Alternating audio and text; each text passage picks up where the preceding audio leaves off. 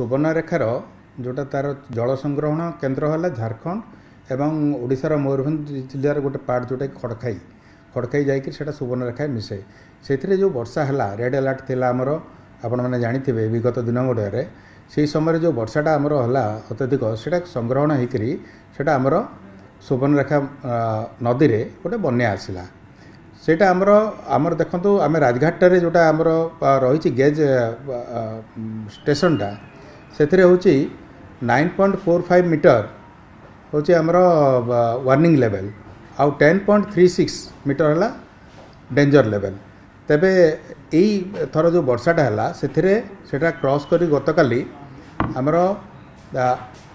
11.4 metre होता राति आउ तापर सेटा से रहिला प्राय 2-3 घंटा 3 घंटा पाखापाखि रहिला तापर धीरे धीरे आमर जलस्तर कमुची तेणु जलस्तर जेहेतु बर्तमान कमुची आज बर्तमान सेटा अच्छी 11.05 मीटर तेणु बर्तमान आ विपदर कौन आशंका नहीं एटा जलस्तर खसुची।